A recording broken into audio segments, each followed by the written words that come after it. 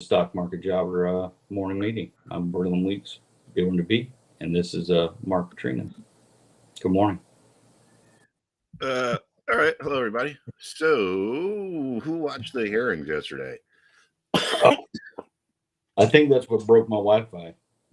And damn, I didn't win the jackpot. God damn it. It's always someone else, man. Yeah. Someone in California won it. $1.808 billion. Hello, Sean Savage. Anyway, oh, here we go. I don't know, dude. I'll tell you, I'm an independent. I'm not right wing or left wing. And these, this looks like just so bad. And these Democrats. So it's like I'm watching this, and it's like all of a sudden they're talking about like racism, like how, like what does that have to do with anything? Then AOC goes on and speaks for 7 minutes, and it's like, what did she even say? She didn't even say anything. Absolutely nothing. And the racism is the ticket that they go to. That's how you discredit somebody that is a somebody that's not going to fight. I don't know. It's not that they're not going to fight, but it's like Christians and logical people don't want to be called a racist. It's just that simple. And so when you go and you throw that card in their face, they're not logically going to jump up and just automatically start fighting you. So it's their card that they use to discredit people. It's disgusting. Well, what does it have to do with the fact that the president's getting illegal payoffs? Absolutely nothing. It's to divert you away from everything else, and to watch what Jamie Raskins did yesterday. That guy. Look, if I not the fact that he's got cancer, and not the fact that he's fighting for his life, but to sit there and just bald faced lie, just lie through your teeth. Everything that's been said against Donald Trump has been a lie. There's no way they can say it's not. And everything that they've put off onto Trump has been done by a Biden. And it's disgusting. They sat there. Well, I've noticed that the only time he wears that thing on his head is when he knows he's going to be on TV. If you ever see videos of him, like when he's not on TV, like he's in the background or something, he's not wearing it. I don't know what he's really a piece of trash. Yeah. Anyway, yeah. Well, I don't know. The whole country should be outraged. This is so blatant. It's so blatant and it's so bad. And this is, I would say, before this, the biggest scandals in their country's history were, you got during the McKinley era, not McKinley, sorry, Warren Harding. He used to have sex with his girlfriends in the closet while his Secret Service kept watch. And then there was the Teapot Dome scandal, which is Teapot Dome was this big oil reserve out west somewhere, where the guy who was the head of the oil, whatever, I don't even remember, was taking all kinds of bribes. And then back in the Grant administration, he was the War Department, Mark. Back in the Grant administration, you had a lot of the people that were dealing with the Indians were getting kickbacks and stealing stuff. But this is like directly to the actual president. Maybe he thought he was never going to be president, and he just figured, all right, well, I'm never going to be president, so I might as well just cash in. And frankly, had he retired and gone off into that good night, like, we wouldn't even be talking about this. But he figured, oh, you know what? It's my turn. I'm owed this. I don't care. There's a chance all this stuff is going to come out, but I don't care. I don't care about the country. I just care about my own personal hubris. And, it's like, maybe the election was stolen and he knew it was rigged. And so once he had that rigged, he had everything else rigged. Now we're covering up. This war in Ukraine is to cover up the debauchery of him and his kid in Ukraine.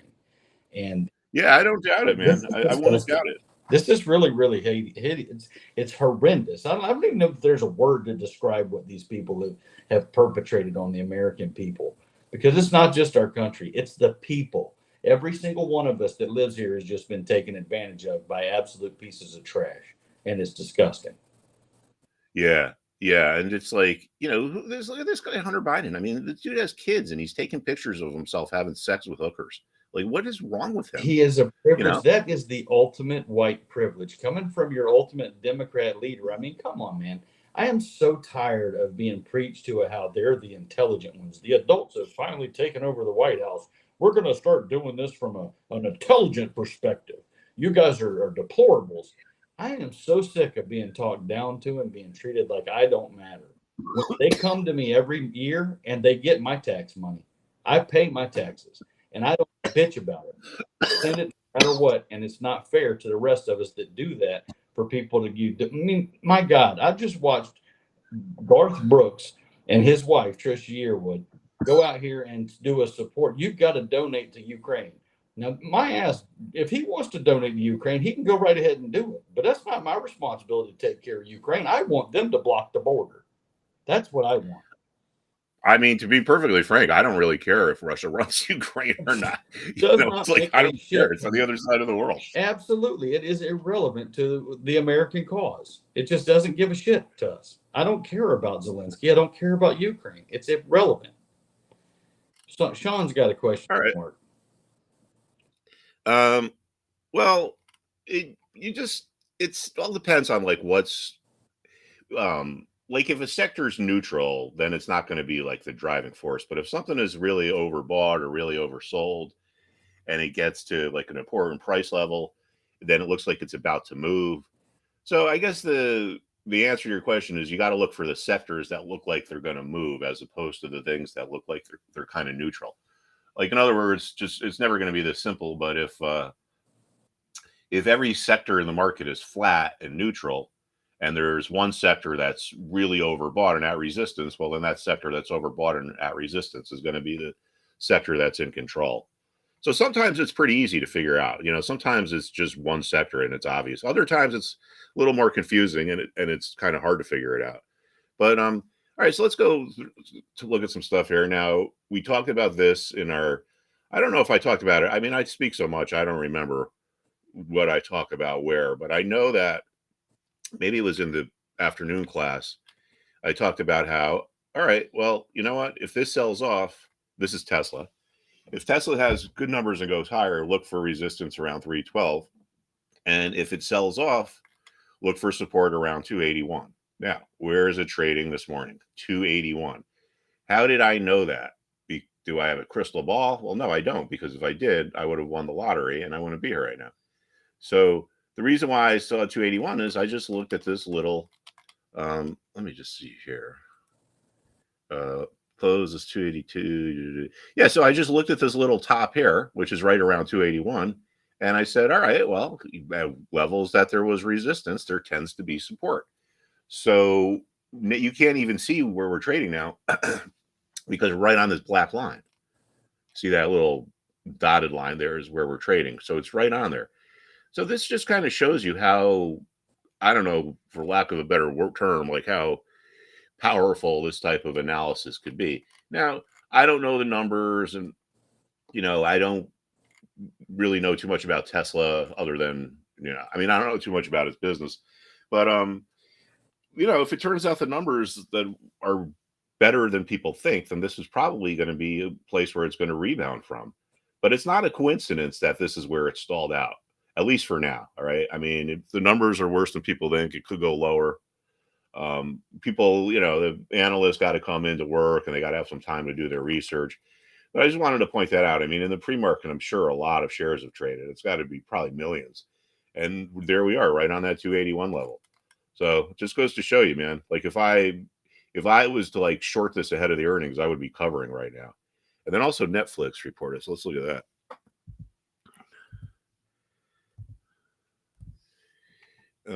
So Netflix is down to 450, and that makes sense because it's the nice round number. I mean, hold on a second. Yeah, we gotta get rid of. I just gotta get rid of this. Now look at this. Where is Netflix trading? Where did it find support? Right at 450. Now, why would 450 be support? Well, first of all, people like nice round levels. This is a big retail stock, so there's a lot of people who are going to say, you know what, if it gets down to 450, I'm going to buy it. And that's the reason why we had resistance at 450. You can see here, this is after we collapsed back last January. I forget what that was all about, but anyway, we collapsed and started trading right around 450, and then we went lower. Actually, if you look at this like this, right? So we got all the way down to here, and then we rallied back up, and then the sellers came out at 450. Look at that. Look at 330. Look how perfectly precise that is. So then this morning, anyway, we reverse, and where are we finding support? Right around 450, right where we had resistance here. So basically, Tesla and Netflix just show you, like, real time, how important it is to know where these price levels are. Because say you wanted to buy Netflix, you think, oh, you know what, I like it long term. Maybe I own some. I want to add to my portfolio. If you just say, all right, well, it's going down and it's down to 460, I'll buy some here. Well, you're just guessing. But if you looked and said, hey, I don't think there's going to be any meaningful support between 460 and 450, so I'm just going to wait it out. And if it gets down to 450, that's where I'm going to buy it. So that's what the idea of letting the market tell you what to do. And just like on any chart, you can see here, you just got some levels that are really clear, like resistance down here. Became support here. Look at this. This is a good study too, right? So we collapse or we gap down, and this is where we start trading. This is, what is this? This is 255. And we get resistance around 210, and then that becomes support. We hit resistance around 250. Once again, we got the nice round levels. Then that becomes support. And we got a little more volatile here, but anyway, that's kind of just a really good example of what we do, or what we at least try to do. All right. Hello, Mr. Steven. So legitimately, it could fill the rest of this gap this morning, or over the next week or so. This one? Yeah, you gap over here to the far left. See that gap we're in right now? Well, it's down though. It's down is it here. down this morning? Okay, sorry. Yeah, no, it's down to the bottom. I see that. But it just shows you, see where it found support right at the bottom of the gap. Yep. Because there was a lot of shares must have traded there, so there's a lot of vested interest. And so the whole thing about the price levels is just that more volume trades at them than at unimportant price levels. So because you have more volume trading, for whatever reason, you get a bigger vested interest. All right, so let's see. Let's just go through the sectors really quick and see if anything important is going on. Then I guess we can hit some of the news. Funds. All right, yeah. So this is SPY, not really doing much. You can see it's right in the middle of its recent range. Well, actually, it hasn't been a range, but it's trading nice and flat. And that's probably a good thing, because if things go up too quickly, then they revert. They get overbought and they reverse. The markets that go up nice and slow is more like healthy, I guess is the right word. Like here, we get overbought and then we reverse. Of course, we've recovered since, but you can see here, see this big day here, this big up day. Mm-hmm. You get aggressive buying sometimes at the very end of a trend. And this was a trend that started down here. And the reason why is because you got these people who are sitting on the sidelines watching the thing and waiting for it to come back in so they can get a better price. And they finally get sick of waiting, and then they go tell their brokers, you know what, I don't care, just go buy it, pay any price. So you get this you tend to get aggressive buying at two different places. At the beginning of a trend, like down here, we got this reversal day. So this is really aggressive buying. And then you get them towards the end of the trends, like there, and then even up here. So these people are on the sidelines, they're waiting. Things don't go their way. Finally, they get frustrated, and they're just like, you know what, the hell with this, just go out and buy it. You guys should write that down. That's good information right there. What's that? That you have those fast moves at the beginning and the end of a trend. Yeah, I mean, it's like anything. There's no, it's no guarantee, but it's just a characteristic of markets sometimes. Yeah, but you can put that in your memory bank, and when you see it, you know what's happening. That's how you learn the patterns. That's how you learn how to do this. It's repetition, and it's seeing it. Yeah, because it's like things change, but they stay the same. The market acts different at different times. Like a market acts differently at a top than at a bottom, or a market acts differently when it's going up than when it's going down. But if you think about it, right, there's real aggressive buying at the beginning of a trend because it's either a breakout or a reversal. So people who are savvy are seeing this, saying, wow, this is reversing. I'm going to go in there and buy it. I don't care if I got to pay up a little bit because I think it's going to keep going. Yep. So it completely makes sense that there's a really aggressive buying at the beginning of a trend. And then when you get to the end of a trend and you get that aggressive buying, I don't think there's really a way you can quantify it, but those are generally the people that are on the sidelines are kind of the last people to come into the market. So just like they're the last people to sell before the market goes higher, they're the last people to buy before the market goes lower. So that's why we have our, I think that's why that characteristic or principles of markets exist. I was talking to somebody. Has to do, if you talk about gaps, right, you tend to see gaps in two places on charts. One is when we're starting a new trend, which would be a breakaway gap. And then at the end of the trend, when we have what we would call an exhaustion gap. And those both signal aggressive buying. So tech down a little bit this morning. Not a lot. It's just 44 basis points. And we're going to go to healthcare. Remember, we're watching to see if healthcare breaks out to the upside. So we're right. Oh, all right. So look at this. So we're up a little bit. Now, this might not seem like a really big move, and it's not. It's less than 0.5%. But sometimes a move doesn't have to be big to be important. And like, what's an important move? Well, if a resistance level or support level, if we reverse off of it, or if we break it. So here, this is where we're trading this morning.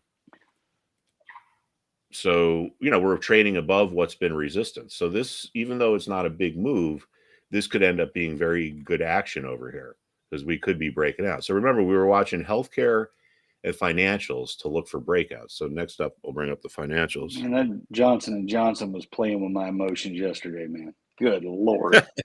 I'm sitting right at 160 calls, and it's just bouncing at it all day long, and it would not get me in the money. I was so pissed. Well, now that the sector's moving higher, I know. It should be in good shape. Let's see here.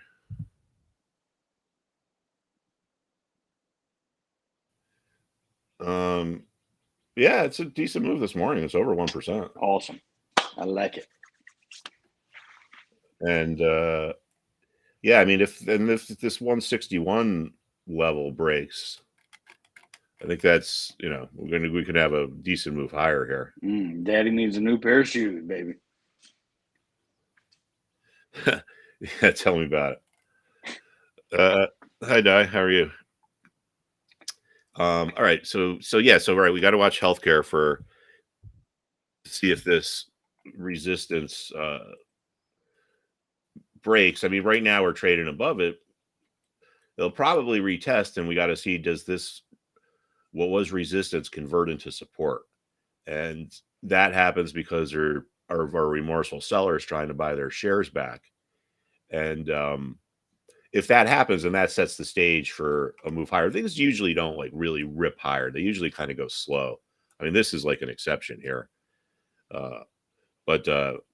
Yeah, so even though it's not a big move, sometimes moves don't have to be big and they can still be important. An important day is a day where an important level gets broken or gets reversed off of, or so forth. So now the next thing we got to watch is financials. So I would say right now, it's kind of like the financials and healthcare are probably the most important things to watch here. And this is where the financials are right here. I mean, they're testing this resistance. Yeah. Pretty much, yeah. This line is 35.30.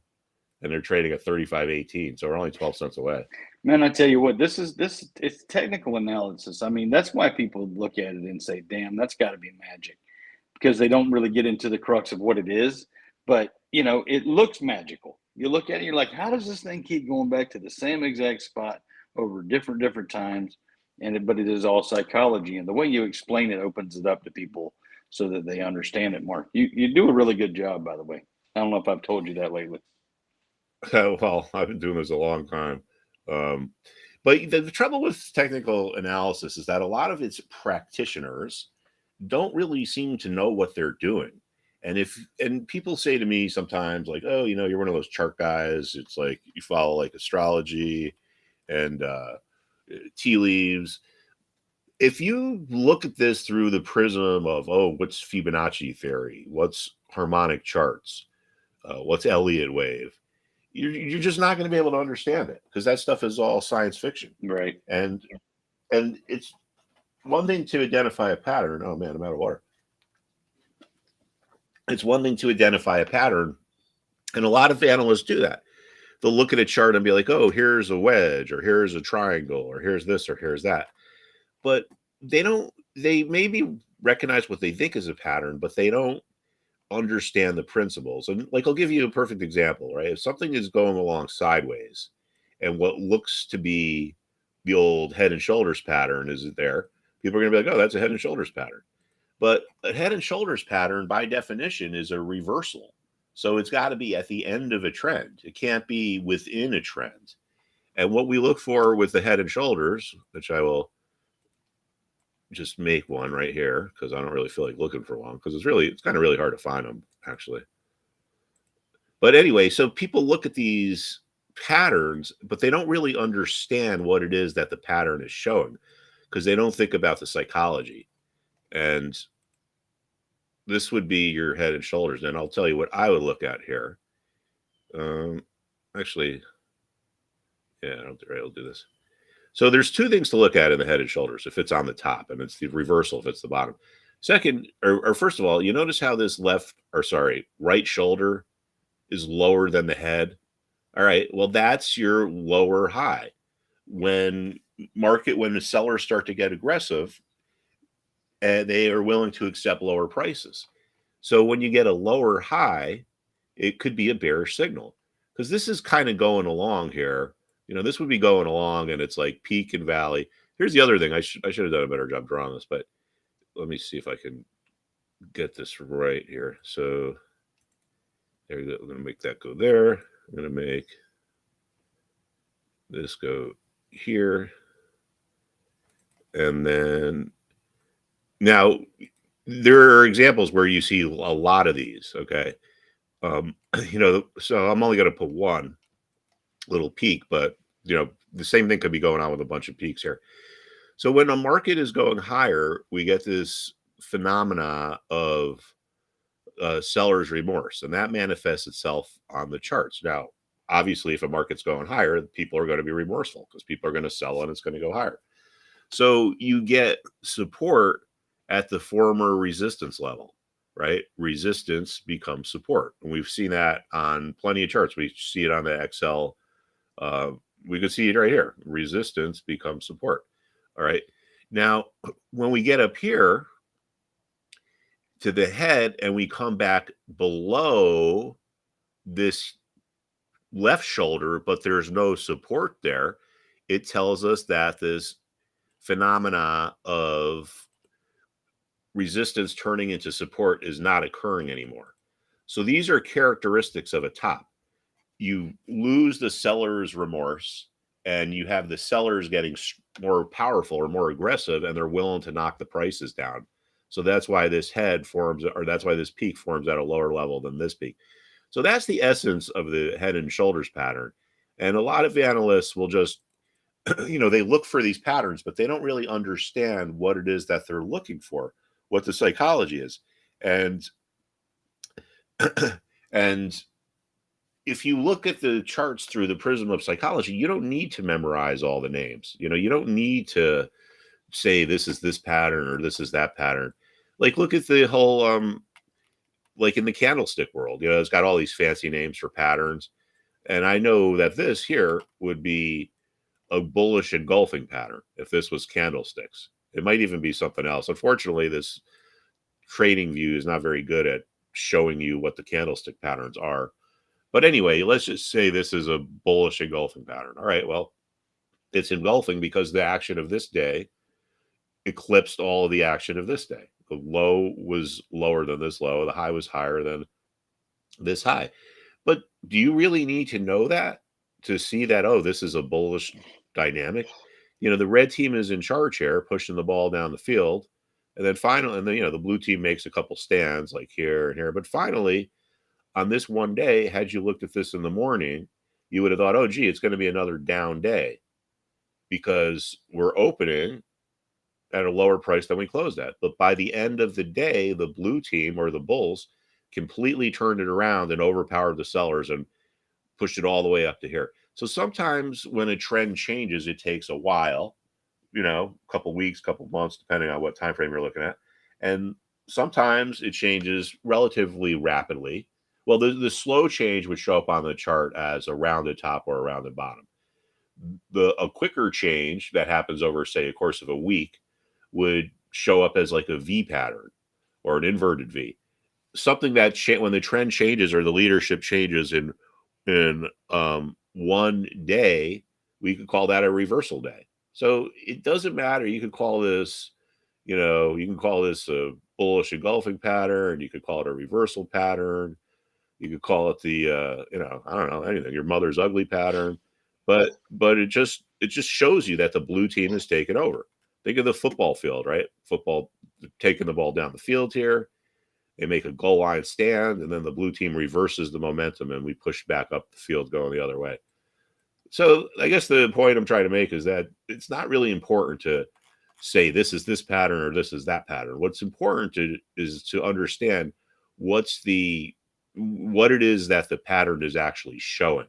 And it's a graphical illustration of supply and demand and psychology. So anyway, right now we're stalling out at this resistance. And why is there resistance here? Well, it was support back here. So there's people who are buying who want to get out at break even now that it's back up to their level. Here we got the fast move and we did refill. I guess that was kind of relatively fast. So healthcare and financials, we got to just watch how these things navigate these resistance levels. And let's take a look at consumer discretionary, because I think that's at resistance. Let's see. Down a little bit this morning. So, all right, now we got to see like, right, 173 was resistance. And is it going to convert into support? And if it does, then that sets the stage for the next move higher, or for a move higher. Thank you, Savage. Hey guys, I'm sorry I can't see the chat today, so I'm on my iPad. I've got technical difficulties with my internet. Savage is just mentioning that he told a couple of people to come, and yeah, we want to kind of build the community. We're still working out the kinks and so forth, but I think we're going to start really aggressively marketing in a week or two, and it's going to be a lot of I think I'm going to really focus on marketing to some of the institutional community. And of course, that there, won't be like in lieu of, or, it's not going to hurt anything else, but there's a lot. See, now a big firm that has a lot of people, they have people that were like myself, that were traders. And these traders, like, their job is to watch the market and see what's going on and know what's going on. Some of these smaller firms where they say they manage $10 million or $30 million, they don't have the manpower. They don't have the money to have the manpower. So I think that there's to have the manpower to hire someone like me who's going to keep an eye on all this stuff for them. So that's when I was the head of trading, I used to conduct the morning meetings, because again, the trader's the person who's supposed to know what's going on in the market. Then you have the analysts and the portfolio managers who pretty much sit in their offices and just do analysis. They're not really watching the markets. But this is the type of stuff what we would talk about every morning in our morning meeting. Because if we want to say, all right, let's just go back to our financials. Actually, let's go to healthcare. Now, as the trader, I'm supposed to know what's going on in the market. Say we have a portfolio manager, and they're the people that decide what's going to be in the actual portfolio. And say the portfolio manager is thinking, that says, you know what, I'm thinking about buying some healthcare stocks here. And they come over to the trader and they say, hey, what are you seeing in the healthcare sector? I would say, well, it looks like we could be breaking out here. If this holds over the next day or two, it's probably a good time to buy. So I would advise the portfolio manager, hey, let's hold off. Now, say they wanted to sell and they came over and said, hey, I'm thinking about, selling. I would say, well, there's a chance where it could go higher here. So I would hold off on the selling. So it's like, we let the market tell us what to do. And this is what people look at in the morning, is the price levels, and then the news, the general news, and then the news on your specific companies. All right. So that's that. Industrials are, they're consolidating, and that makes sense because this was a really big move. Industrials usually don't trade like this, but this was a really big move. Oh, someone's calling me. Probably just someone looking for money. Google Google calls me 5 times a day. Google is an evil company that really should be broken up. That's why I short them all the time. Yeah. All right. Not moving here, but we could see that we're testing this. I can't believe no one's called for breaking it up. You would think so, right? And it's only going to get more and more powerful. I mean, the data is the new cash. So I don't know. Well, eventually one day Google is going to get hacked by someone, or it's going to go down, and basically commerce is going to cease because you got to use your fucking, or sorry, I don't like swearing. You got to use your friggin' Gmail address to sign into like anything. That is so stupid. That is so stupid. When I was writing for the Benzinga Newswire, we got like 99% of the traffic came in through Google. I mean, that is the definition of a monopoly. They can control. They have so much power. They can completely exert control and take advantage of people. But I guess there's no political will because they probably donate a ton of money to everyone. But eventually it'll have to go down. And then when people realize how, I mean, look, man, people might argue, oh, they rigged the election. I mean, of course they did. Google did. Facebook did. They suppressed all the Hunter Biden stuff. So even if they didn't manipulate the actual vote count, they manipulated the news, or they censored the news. Zuckbucks. Yeah, Zuckerberg. I can't stand that guy. I hope him and Musk do go to the steel cage match, and I hope Musk kicks his ass. I hope Musk got a blade in his pocket too, and he just slices him a couple times. Yeah, what do they call it? The foreign object. Yeah. Sneaking. Right. And while the referee's distracted, he could like go after him with it. Right. Just stick him in the eye a little bit. Pro wrestling I used to love it when I was a kid. All right. Anyway, this is kind of an interesting thing here. This is our consumer staples sector, and this could be an important thing to watch here too. It's not that big of a sector, so it's not going to influence the rest of the market like these other ones. But we got our ascending triangle pattern here. So just like the Head and Shoulders pattern was an illustration of supply and demand, so is this. And what does this tell us? And psychology. Well, we got resistance up here around 74.70, which is right where we closed. And we've got there 3 times. Well, this is the 3rd time. But think about this. You got these sellers who are content with just hanging out and waiting to see if the buyers are going to come to them. But at the same time, what we have here is the opposite of what we looked at on the Head and Shoulders pattern. Now we have the higher lows. So this shows the buyers are becoming more aggressive. So lower highs, sellers are getting more aggressive. Higher lows, buyers are getting more aggressive. And when you get these aggressive buyers and complacent sellers, it sets the stage for a move higher. So the ascending triangle is a bullish pattern, and it's pretty they seem to be pretty accurate. Ascending triangles and descending triangles. So again, you got aggressive sellers and you got complacent buyers.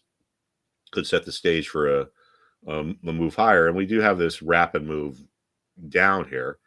So we could go look at some of these consumer staple stocks. I know Procter and Gamble is the biggest company in the industry, in the sector. But that, I don't know, that doesn't look like it's going to do much. Ironically enough, and I still don't understand this, is Pepsi and Coke are also in this sector. And it's supposed to be things you need as opposed to things that you want. And I don't know why you would need soda if the world was coming to an end. Well, it's they allow people to buy chips and Pepsis with EBT cards too. So I mean that's why, because everybody can get it for free if they want it. Yeah, I don't know. I think to me it's so sweet. I mean, I'll drink a Diet Coke every now and then. But all right. Anyway, what do we got here? So big move. Now this could be setting up for a little bit of a reversal. I don't know if it'll move enough to be tradable, but just as a lesson here, you got the aggressive buying down here at the beginning of the trend. Notice our gaps. So you could say these are the breakaway gaps.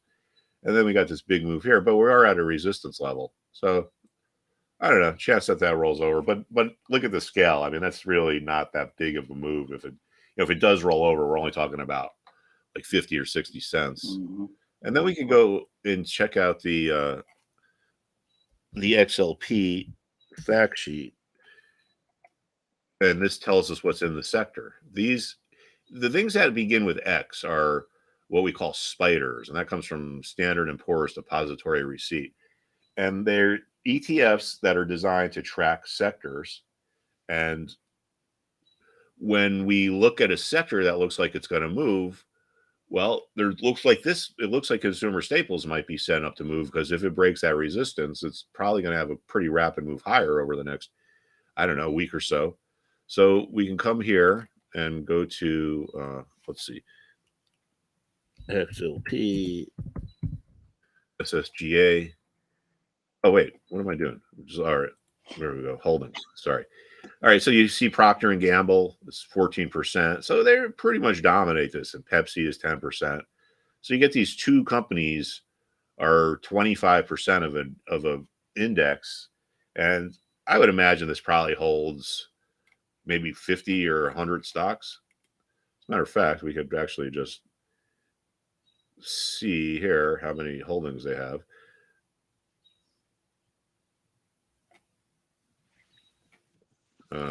Quarterly report. Oh, wow, this shows everything. Oh, wow. Consumer discretionary, consumer staples. So, I don't know, just a guess. Probably, I don't know, 50 stocks that they hold, maybe a little bit more. I'm surprised it doesn't say here. But anyway, the point is that you have these two stocks that are, these two stocks are 25% of a 50 stock thing. So sometimes a particular sector is dominated by a stock. Like the tech sector, basically half of it is Apple and Microsoft. It's calculated by market cap. All right, let's look at Costco.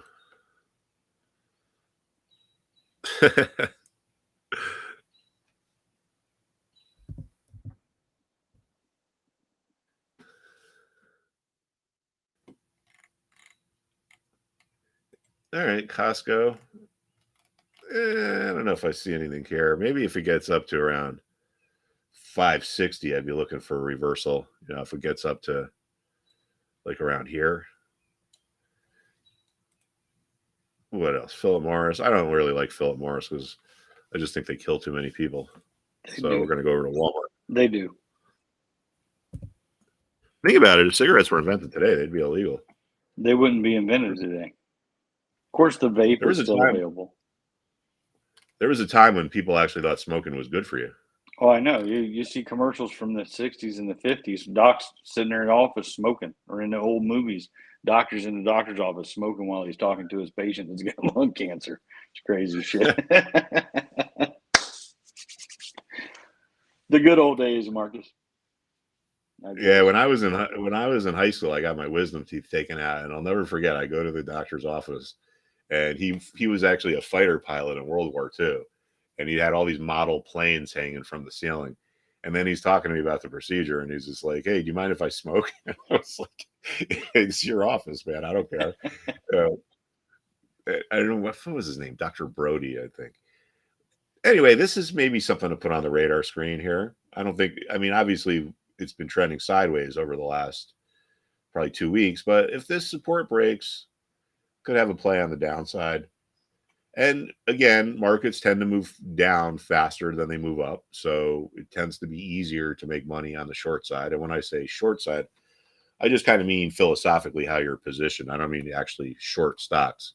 If you're short stocks, you're short, but if you're long puts, you could say you're short as well.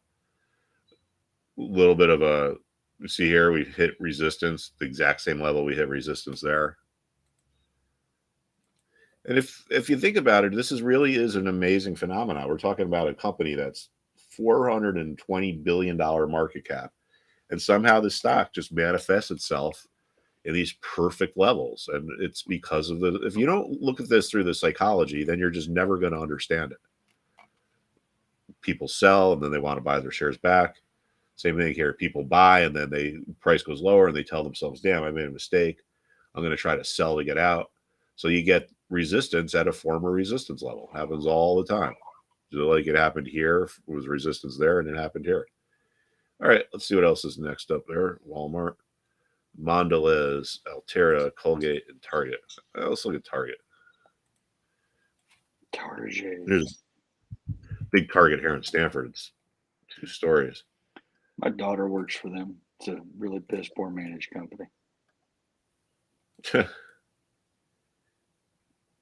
Yeah, this looks pretty neutral to me as well here. There's Mondelez. What they do is they overstaff Targets with well, they pay everybody, right? $15 an hour to start at Target, which is really good money for a 15-year-old, 18-year-old kid. So they pay them $15 an hour. Then they give them like 30 hours, and then they'll let them call in. And it's a really weird system that they have there, but they never have enough staff. Huh, interesting. Yeah. All right, let's see what else we got. Colgate and Target. All right, Colgate. Actually, yeah, this looks pretty neutral as well. But if you wanted to really kind of dig into this, you can go through all the stocks. And if the point is that if this sector breaks through and starts to go higher, then there are going to be stocks in the market that are going to move more than this, because what we're looking at here is just the aggregate or the average of everything. All right, so let's go see what's going on in the news, other than the biggest corruption in our country's history by far. The whole thing is, man, it's like this. It's like an ongoing saga. It all goes back to like when Hillary Clinton was pissed off that she lost. It was like, oh, let's go start a rumor that Trump colluded with the Russians. It all goes back to that. It's been going on since then, and now we get this other guy comes in, and we find out he's been taking literally tens of millions of dollars.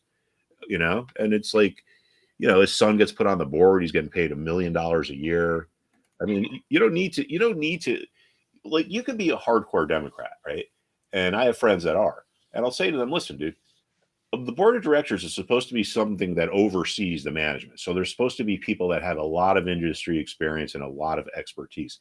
How do you get a guy that's got no experience in the oil and gas industry, throw him on a board, pay him $1 million a year, which is more than people that are on the board of directors of ExxonMobil get? I mean, that just seems fishy, right? It's self-evident. And then you have the guy's father on television saying, oh, I was going to withhold my money unless they fired the prosecutor who was looking into the company. It's like right on TV. It's right on film. I mean, what else do you need? I mean, listen, when the guy said he's got $1 billion if he doesn't fire the prosecutor, that was it for me. You're telling me that Trump had a quid pro quo with Zelensky over a phone call because he asked for the information about the damn prosecutor that you fired. But then you're going to turn around and you're going to hold $1 billion away, and we're just supposed to say, oh, well, the adults are back. Don't worry about it. Nothing to see here. It's disgusting. I think these Democrats, frankly, really embarrassed themselves yesterday. I think anybody that votes Democrat should be embarrassed right now. Anybody that has voted for this man over the course of his career, then I don't know. I don't know what you do. I don't know how you even look yourself in the mirror when you've done that. Yeah, and then they take these radicals like what's her face there, Omar, and put her on the intelligence committee. Oh. The woman who basically said, oh, 9/11, someone did some stuff. Right? It's like the biggest attack against our country's history. And she's like, oh, some guys did some stuff. It's like, I thought Democrats were supposed to feel compassionate for people. She doesn't feel sorry for the 3,000 people that died. She don't care about anything but herself. I mean, that's why they come here. I mean, it's like that. What is it? What is that? It is Omar that came here that is like an immigrant, and she's Muslim, and then she denounces Israel. Is she the one? Well, there's been a couple of them. Yeah. But she's one of them. Yeah. She's part of that squad group. Remember when they all, during the protests, when they all pretended that they were handcuffed? Yeah. Man, I tell you, it's all about TV to these people. They're in a reality TV show instead of people's lives, and that's what they're messing with. Like I try to tell you, I've been elected, and you have to make decisions that affect the fewest people as possible to the downside. But There's no thought like that with these Democrats. They are pushing us towards socialism. And the first thing they do when we become socialists is they start shutting down the news and controlling what's written. So I don't even understand That's why for the sure, yeah. media is following along with this wide open. It just doesn't make any sense. Unless they truly want a one world government and the rest of us are just slaves to the man. Fight the power. I think it's funny how these like liberal college professors like support like communism and socialism. What's the first thing the communists do when they take over? They Every kill one of all them. the academics. Every one of them sends the professors to the woods and they kill them, or they make them farm until they die. And it happens. Every single dictator does the same thing, but they're all lining up to do it. And there's a big myth amongst the Democrats, which I want to explain when it comes to Trump's son-in-law there. All right. The Saudis didn't give him $2 billion. And they all seem to think that they gave him $2 billion. They gave him $2 billion to manage. All right. He's managing that money. He's investing it upon their behalf. The guy was like a real estate, prodigy, and they're giving him money to invest in real estate. Now he'll get paid fees off of that, but he's not taking $2 billion and putting it in his pocket. And a lot of them just don't seem to get it because they don't understand how business and how Wall Street works. I mean, Hunter Biden was getting money, but he has no expertise. Jared Kushner has an expertise in real estate. I mean, he was a real estate guy. He's this guy in his 30s, and he owned all these buildings in Manhattan, and so it's either a misconception or just a downright lie and propaganda. Listen, the Trump organization has businesses. The Bidens have no business except for selling the American people out. And that's what they have done. That's why there's no stopping China. That's why there's no really working towards, this shit we're doing here with Russia. These cluster bombs, Mark, are a big deal. And they shouldn't be thrown out. We shouldn't be giving those away. That is a war crime. The fact that we still make those. Like every country in the world has them on the ban list except us, Ukraine, and Russia. Right. So we're just going to start using them. And what the hell, man? And then you've got all this place where you grow the food. So now you're going to cluster bomb the farm agricultural bread basket of Europe or Africa? I don't know. It's weird, man. Strange that they want to do this. It's like they're just trying to. I honestly think it's the depopulation. They want to depopulate the world. Did you hear Kamala say that the other day? Well, that was just a gaffe. She meant to say pollution. I would think so. The other thing you talk about the realm of the self-evident. It's so Congress, if there's what we call a suspicious banking transaction, it generates a suspicious activity report, and Congress gets to review those. When Biden gets into office, like on day one, he changed the law so they could no longer look at suspicious activity reports. Yep. Now it turns out that there are 170 suspicious activity reports on his various accounts and shell companies. But on day one, he says, "Oh, you can't do that anymore." What is the downside for Congress to be able to look for money laundering? Well, no one questions it. No one says, "Oh, gee." It's almost like you get a job as a security guard at a store, and day one you're like, "Oh, I'm going to just shut off all the alarm systems," and then 3 months later the store gets robbed and people are surprised. It's just I don't know. No, Mark, it's the collusion between that Congress and that president when he took office. That midterm was huge. And honestly, the biggest issue that happened in this country at that time was that Supreme Court leaker. And the fact that they haven't found that Supreme Court leaker yet is ridiculous.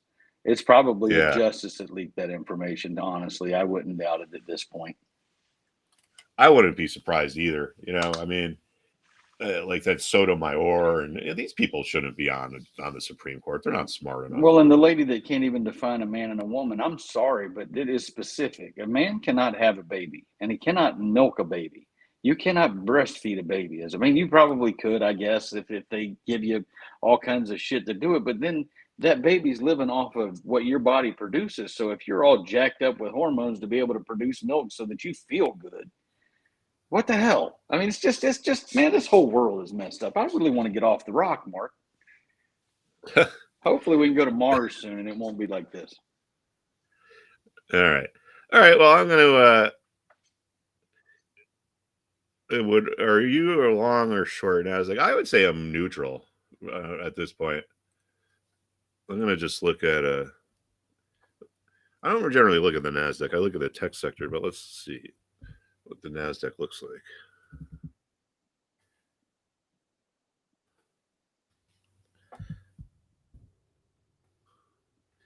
Nasdaq indices.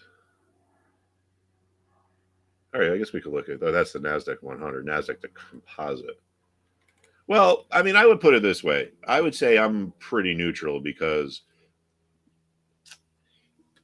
it's getting close to a level where there's probably going to be some resistance. See, like right at this, what is this here? 14.5. And once again, we got the nice round levels. But see how it was resistance back there and back there.